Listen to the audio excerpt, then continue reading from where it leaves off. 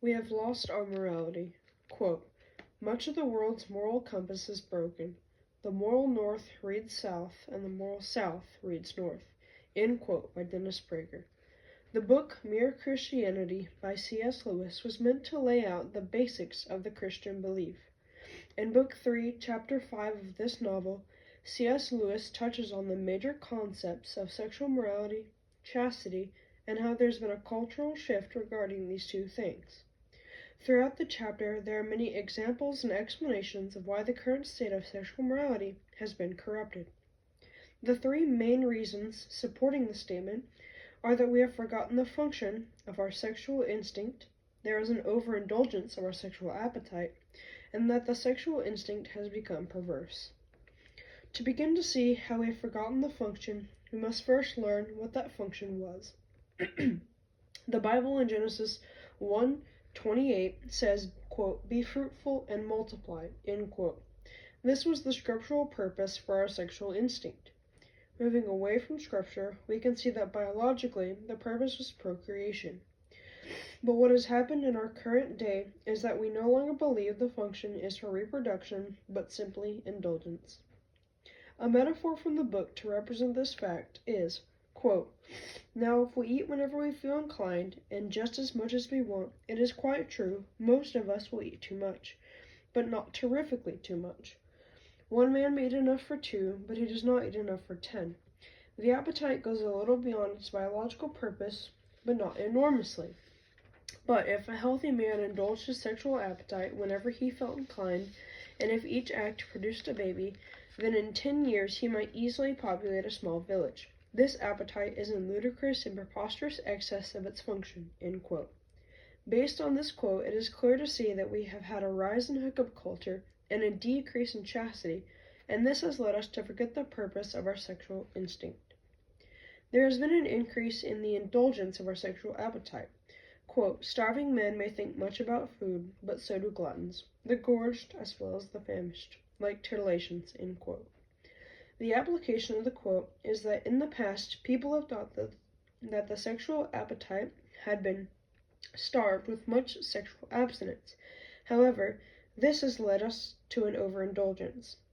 To go along with the overindulgence, the introduction of contraceptives has decreased abstinence even more, and as the above quote implies, starved men crave something just as a society that is overindulged will crave that something just as much, if not more.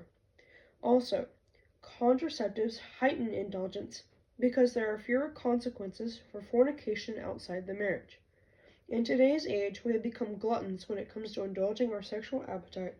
Add to this the invention of contraceptives, and you get very little sexual morality.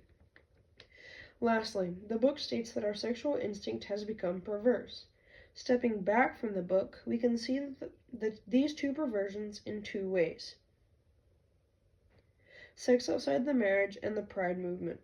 Touching first on the Pride movement, we should read a verse from Leviticus 18:22. Quote, you shall not lie with a male as one lies with a female. It is an abomination, end quote. So, biblically, it is a perversion and shows the lack of morality in our current society. The second point of sex outside the marriage starts with the objectification of women, which has become perverse, as seen in 1 Timothy 2:9. Quote, likewise, I want a woman to adorn themselves with proper clothing, modestly and discreetly, not with braided hair, and gold or pearls or costly garments, end quote. So, from these two verses, we can see the perversions in our current society with the Pride movement and then the objectification of women, which leads to sex outside the marriage, both encompassing the theme of lacking morality. Although it is quite clear that the current state of our sexual morality has been corrupted, some say that the sexual morality is only a result of times changing. They say that the current sexual morality is in proportion to the current times. However, just because times change and problems can arise from these changes does not mean that they should be ignored or, more importantly, encouraged. To conclude, the current state of sexual morality has been corrupted because we have forgotten the function of our sexual instinct, there has been an overindulgence of our sexual appetite, and our sexual instinct has become perverse. The fact that we have forgotten the function of our sexual instinct is clear in our indulgence of this appetite, and in the rise of hookup culture. The indulgence is like a glutton, and with the introduction of contraceptives, it has decreased the cost while increasing adultery. Lastly, the two perversions of pride and objectification all show clear signs of the lack of morality that our current society has. So, the current society has lost all its grip on morality, and our sexual moral compass has been lost. This should serve as a reminder of where we are currently and where we need to move.